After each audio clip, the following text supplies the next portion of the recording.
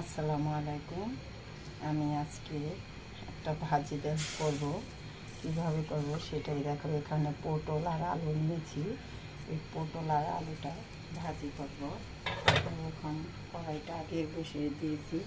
এখন আমি একটু তেল দিয়ে দিব।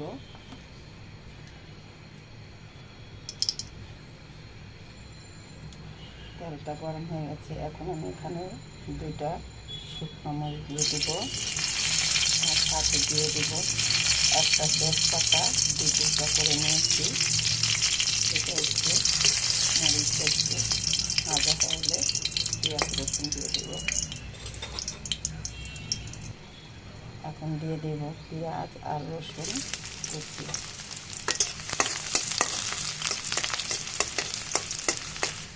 দেখুন পেঁয়াজটা কিন্তু লাল হয়ে গেছে। এখন আমি এখানে দিয়ে দেব অল্প একটু পরিমাণে ধনিয়া গুঁড়ো আর একটু হলুদের গুঁড়ো আর 3টি কাঁচামরিচ। আপনারা যদি ঝাল বেশি খান বেশি দিয়ে দিবেন। এখন এখানে আর কোনো পানি দিব না। আমি এখন পটল ভাজিগুলো দিয়ে দেব।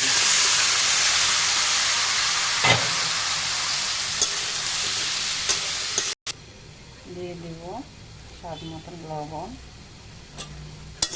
দিয়ে এখন ভালো করে নেড়ে চেড়ে ঢেকে রেখে দেব। দেখুন ভাজিটা হয়ে গেছে। এখন আমি এখানে দিয়ে দেব অল্প পরিমাণে কিছুটা ধনিয়া পাতা।